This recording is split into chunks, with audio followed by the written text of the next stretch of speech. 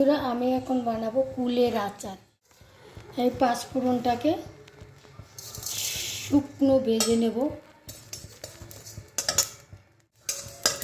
হয়ে গেছে আমার এটা ভাজা। আর এটা হচ্ছে কুলটাকে আমি একটু গরম জল দিয়ে ধুয়ে নিয়েছি। এই যে গরম জলে একটু 5 মিনিট ভিজিয়ে রেখেছিলাম। এটা দিয়ে আমি করব। তেল দিচ্ছি।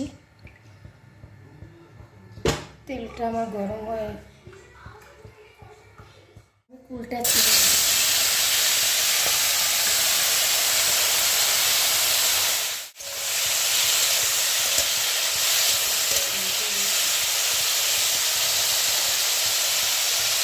ওই যে গরম জল দিয়ে যে ধুয়ে রেখেছিলাম আমি এবারে নিয়ে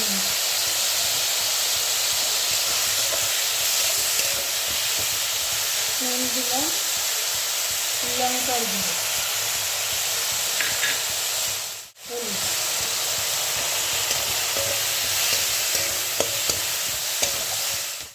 মাঝে মাঝে যাই, মানে একবার হলেও যাই। তবে কোনো আমাকে জিজ্ঞেস করছিল দিদি কী রান্না করছিল কী করে। তার মানে দেখুন ফুল আমি গেলাম, সেদিন আমি পাইনি, তা সেখান থেকে আমাকে ফুল দিয়েছে যে দিদি আমি বাড়ি গিয়েছিলাম, আমি কুল এনেছি, আমিও চাটনি করব, তো এটা আপনি নিয়ে যান।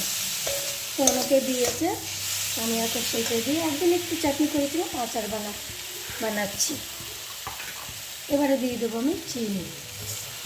আমি পুরো এই বাটিতে 1 বাটি চিনি দিয়েছি। তো ও দিয়েছে, সেইটা দিকে কয়েকদিন দিয়েছে, করবো বলে ইচ্ছে করে না মানে বানাতে। তো আজকে সেটা বানাচ্ছি।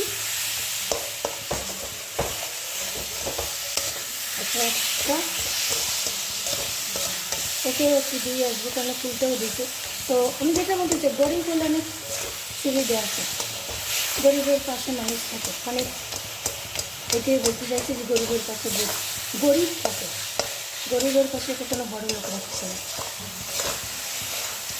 গরিবের পাশে গরিব থাকে, গরিবই বোঝে মানে গরিব হওয়া কতটা কষ্ট, কতটা জ্বালা।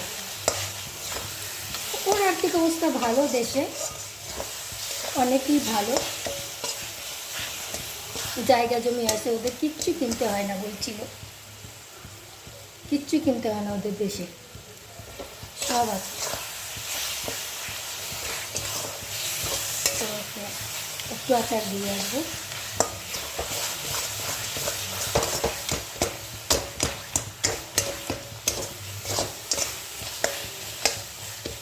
আমার আচারটা এবার হয়ে গেছে। আমি এবার পাঁচফোড়ন গুঁড়ো করে যে শিলনোড়া বা মিক্সিতে বেটে নেবেন, আমি সেটা মিক্সিতেই করেছি, করে একটু জল করতে পারেন জন্য। আমার এটা হয়ে গেছে, আমার আচারটা হয়ে গেছে। আপনারাও চেষ্টা করবেন, বানাবেন।